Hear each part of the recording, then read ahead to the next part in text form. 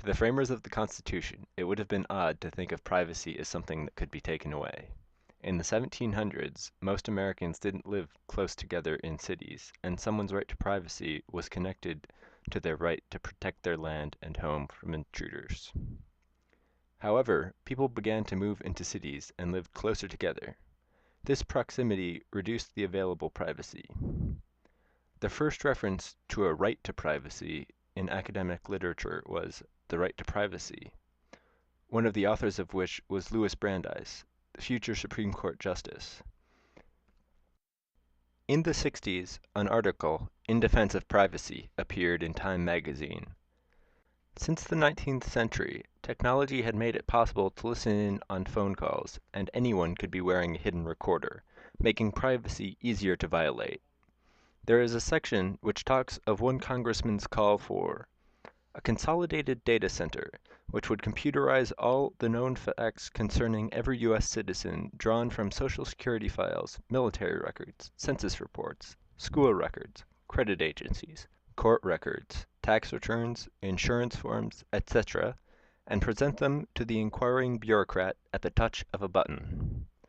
This is an unexpectedly accurate description of the current databases of information maintained by government agencies. However, now this information is also available to some private corporations.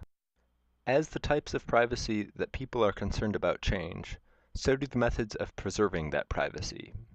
In today's world, a lack of privacy can lead to identity theft or personal humiliation on social networking sites, which is why, today more than ever, knowledge is power.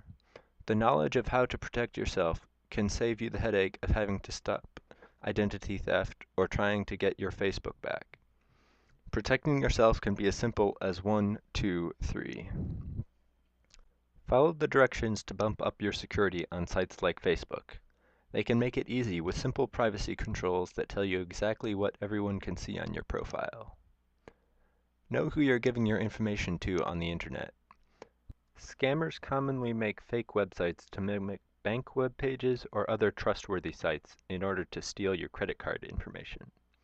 You can make sure you are on the right site by checking the address bar.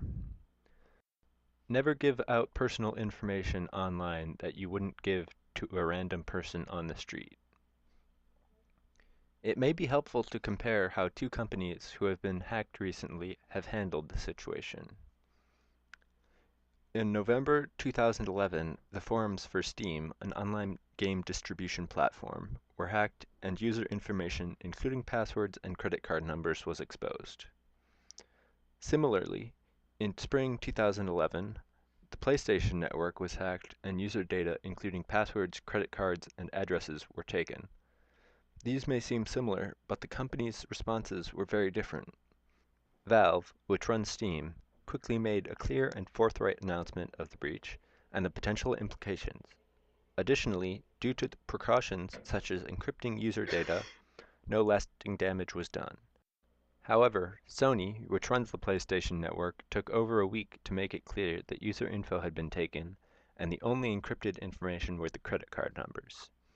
Even large, well-known companies can be vulnerable, and you don't know how they are storing your information, so it is important to understand that the easiest way to ensure that your data is safe is to not give it out, and that you must balance the risk of its leak with the benefit of interacting with the company. Hundreds of millions of people worldwide use Facebook and MySpace on a regular basis, without a worry in the world that their profiles aren't private enough. Sadly, their privacy settings are not as private as they think they are. Although there is no way to truly have a private profile, there is something you can do to make sure you are safe. Basically, you should not put any personal information on your profile that could lead to someone contacting you, including your phone number, address, and other details relating to your personal life. Facebook and MySpace users need to be aware that their privacy settings are not certain to keep their information safe. They should know the possible consequences of using sites like these. Privacy on the internet is not what most people think it is. That is why it is important for everyone to understand that it is important to be careful when choosing what personal information they share and with who. By being cautious, people can avoid a lot of potential problems and danger. By doing this, users can have a positive experience with the internet instead of a dangerous one.